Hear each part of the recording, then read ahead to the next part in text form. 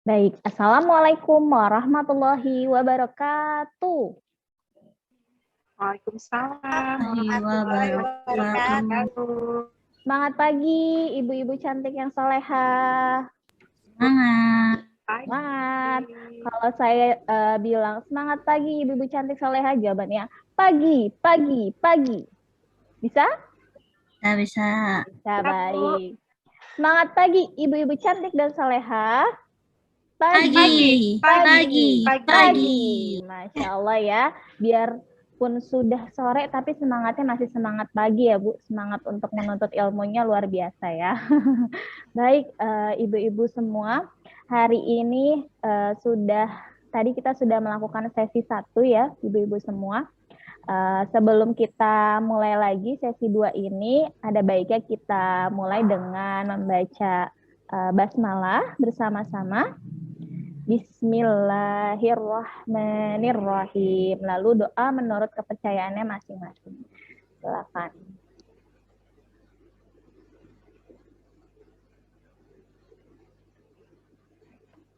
Selesai. Baik, biar tambah semangat lagi nih, biar kita belajarnya nggak serius-serius banget ya. Gitu. Mungkin ada yang bersedia nih mimpin ice breaking teman-temannya nih. Ada yang bersedia? Ada Bu Nura, ada Bu Nursia, ada Bu Sarna, atau ada Bu Sarah nih. Ada yang bersedia untuk mimpin supaya kita tuh nggak serius-serius banget nih kalau lagi belajar ya. Ada? Ada yang bersedia kah nih? Yakin nih ibu-ibu cantik dan solehanya nih pasti bisa nih. Kalau nggak ada berarti ya udah saya berarti yang pimpin ya. Baik. Mungkin ibu-ibu pernah melakukannya juga ya. Saya contohkan dulu ya, ibu-ibu. Seperti ini. Buka tutup, tangan digenggam. Buka tutup, tangan digenggam. Pegang matanya, pegang palanya. Tangan dilambai-lambai. Bisa, Ibu? Oke, baik. Nanti saya tes. Pegangnya pegang yang lain. Ada pegang hidung, pegang bibir, pegang pipi. Jadi fokus ya ibu-ibu semua ya. Oke, baik. Kita mulai ya. 1, 2, 3. Buka tutup. Tangan digenggam. Buka tutup. Tangan digenggam. Pegang hidungnya. Telinganya. Pegang kepalanya. Jidatnya. Pegang matanya. Wah, Masya Allah. Sudah fokus nih semua nih ibu-ibu nih. Tepuk tangan untuk kita semua nih. Masya Allah, keren-keren. Wah, baik, ibu-ibu semua, di sesi 2 ini kita akan belajar bagaimana ibu-ibu mengenal pendidikan yang memerdekakan. Tapi sebelum itu, di sesi yang pertama kita sudah belajar LMS ya, ibu-ibu semua ya. Nah, menurut ibu-ibu nih, bagaimana aplikasi atau platform LMS? Mudah atau mudah, ibu-ibu? Mudah ya, apalagi pastilah mudah untuk ibu-ibu. Ibu-ibu semuanya ibu-ibu pembelajar ya. Jadi aplikasi atau platform LMS itu pasti mudah untuk ibu-ibu semua ya. Baik, ibu-ibu. Nah, sebelum nanti saya share materi hari ini, saya mau tanya dulu nih ke ibu-ibu semua nih. Nah, menurut ibu-ibu, apa sih pendidikan yang memerdekakan nih menurut ibu-ibu? Ada yang mau jawab? Apa sih pendidikan yang memerdekakan? Oke, baik Bu Sarah, silakan Bu Sarah. Kalau menurut saya, mohon maaf kalau salah ya Bu ya. Iya Bu. Pendidikan yang merdeka itu seperti kita Indonesia merdeka, jadi bebas tanpa ada aturan yang terlalu mengekang, terus kita bebas untuk mengkreasikan bagaimana pembelajaran kita, terus membuat anak-anak itu happy dan enjoy dalam pembelajaran.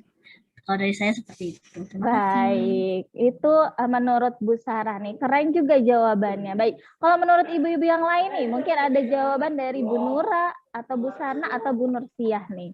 Ya, boleh kan Bu ya? Saya Boleh, sangat Ya. boleh Bu. Ini saya baru belajar Bu, belum tahu benar atau salah.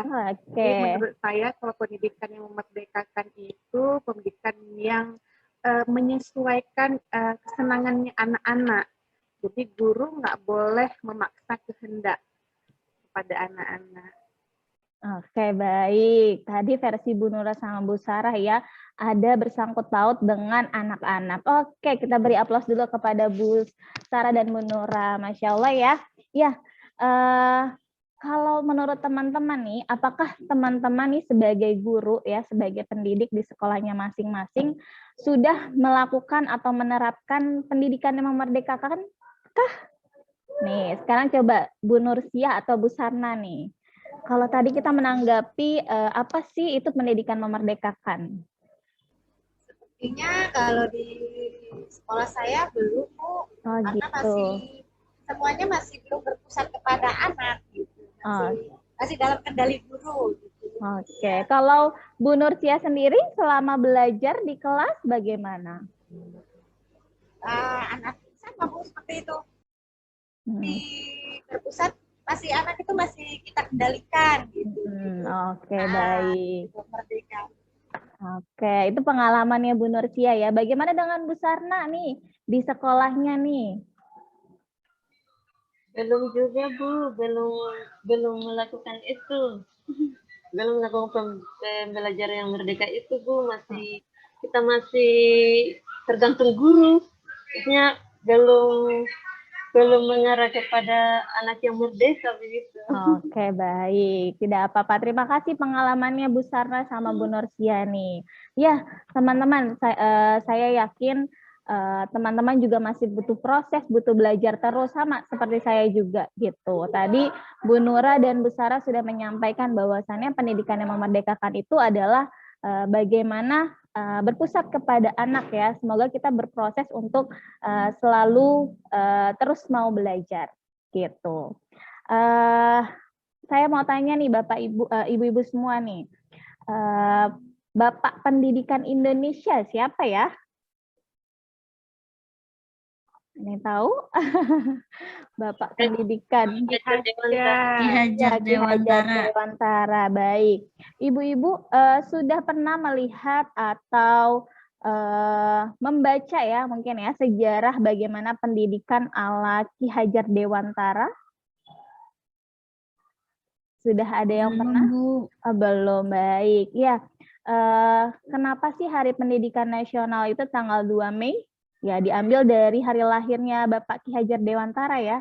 Gitu, filosofinya pendidikan ala Ki Hajar Dewantara, bagaimana pendidikan itu berpusat kepada anak dan setiap anak itu memiliki karakteristiknya masing-masing, di mana ketika kita belajar di kelas pastinya harus memperhatikan hal tersebut. Baik, terima kasih ya ibu-ibu tadi sudah banyak berdiskusi, keren sekali. Baik, kita mulai untuk penyampaian materi hari ini, yaitu tentang, sebentar, coba saya share screen ya.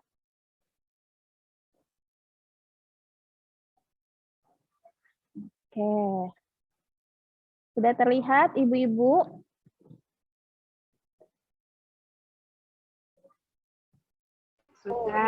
Sudah ya. Iya, bagaimana pengajaran yang sesuai dengan capaian atau tingkat kemampuan anak. Karena tadi kita berharap bahwasannya pendidikan yang memerdekakan itu adalah pendidikan yang berpusat kepada peserta didik. Baik. Oke. Nah, ada pertanyaan nih ibu-ibu nih. Mungkin nanti bisa sharing ya. Peserta didik Anda mengalami kesulitan saat mengerjakan tugas yang harusnya sudah dikuasai olehnya. Mengapa hal tersebut bisa terjadi? Nah, mungkin di sekolah ibu-ibu semua nih pernah mengalami hal seperti ini nih, di mana peserta didik mengalami kesulitan saat mengerjakan tugas yang harusnya nih sudah dikuasai nih oleh anak tersebut di levelnya gitu. Ada yang bisa sharing mungkin gitu. Kenapa sih anak itu hal tersebut bisa terjadi? Ada yang mau sharing mungkin? Bu Nura, baik, silakan Bu Nura. Mungkin anaknya kurang fokus Bu ketika gurunya menjelaskan. Mungkin gurunya kurang menarik. Oke, jadi ada dua, iya bisa jadi dua alasan ya Bu. Yang pertama memang ketika anak lagi belajar bisa jadi kurang fokus dalam saat guru sedang menyampaikan materi ya Bu. Bisa juga yang kedua adalah guru saat belajar itu kurang menarik, jadi membosankan untuk anak ya. Oke, baik. Atau mungkin di sekolah lain nih, pengalaman dari Bu Nursia, Bu Sana, atau Bu Sarah nih. Mungkin saya sedikit ya Bu menambahkan. Iya. Mungkin juga ada faktor-faktor yang selain dari sekolah ya, bisa juga mungkin dia punya masalah di rumah dengan kurang perhatian dari orang tua, jadi di sekolah merasa apa ya, dia tidak ya, kembali lagi seperti Bu Nura, tidak fokus jadi dengan pelajaran. Oke, baik. Ya, hampir mirip-mirip ya. Bisa jadi karena pengalamannya anak tersebut kurang baik ketika di rumah, jadi terbawa-bawa juga ya suasananya ya. Mut-mutan ya. Baik, kita lanjutkan ya. Ya, pertanyaan tadi memiliki banyak faktor masalah, betul yang tadi disampaikan oleh Bu Nura dan Bu Nursia, pasti berbeda-beda gitu. Nah itu adalah tergantung lingkungannya ya, di mana peserta didik itu biasanya masalahnya itu karena kita tidak tepat melakukan pembelajaran itu sesuai dengan levelnya peserta didik gitu. Jadi kita anggap kita sudah benar dalam mengajar, sudah menarik dan lain-lainnya, tapi ternyata kita masih kurang tepat dalam menerapkan level sesuai karakteristik peserta didik tersebut. Gitu. Baik. Nah, bagaimana sih caranya pengajaran sesuai dengan capaian atau tingkat kemampuan peserta didik gitu, atau yang biasa kita kenal adalah teaching at the right level gitu. Jadi kita harus belajar di kelas itu, pembelajarannya harus sesuai dengan karakteristik peserta didik, bukan mengacu pada tingkatan kelasnya anak-anak kita seperti itu. Jadi yang berpusat tadi pada peserta didik. Jadi kita harus tahu karakteristik masing-masing peserta didik seperti itu. Nah, dari sekilas mengenai pengajaran sesuai dengan capaian atau tingkat kemampuan peserta didik tadi, tujuannya adalah kenapa sih kita menggunakan pendekatan ini gitu. Nah, kalau sekarang itu kan lagi dicanangkan kemampuan numerasi dan literasi ya, ibu-ibu ya, pasti ibu juga sudah tahu ya, di mana kemampuan tersebut akan kita unggulkan gitu ya, akan kita cetuskan gitu di setiap satuan pendidikan seperti itu. Lalu di mana peserta didik itu akan belajar sesuai fasenya, fase perkembangannya. Seperti itu, di setiap fase itu memiliki tingkatan atau karakteristik yang berbeda-beda. Pastinya setiap potensi dan kebutuhan peserta didik itu juga berbeda-beda. Nah, oleh karena itu pastinya setiap karakteristik atau potensi tersebut membutuh pendampingan yang disesuaikan juga. Jadi, ini kita sebagai para pendidik, khususnya kita harus tahu dan belajar bagaimana fase-fase perkembangan dan tahapan-tahapan peserta didik kita khususnya. Lanjut.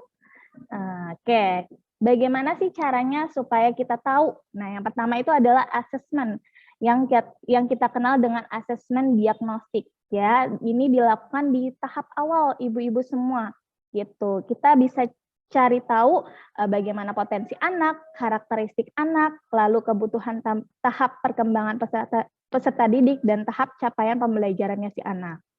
Lalu yang kedua itu adalah perencanaannya. Jadi hasil dari asesmen tadi kita akan merencanakan nih, mengidentifikasi potensi, karakteristik, tingkat capaian, kemampuan anak, lalu kita rencanakan untuk mengelompokkan peserta didik dalam tingkatan yang sama, seperti itu. Lalu baru kita akan mulai pembelajaran. Pembelajarannya pastinya sudah sesuai dengan rencana yang kita buat.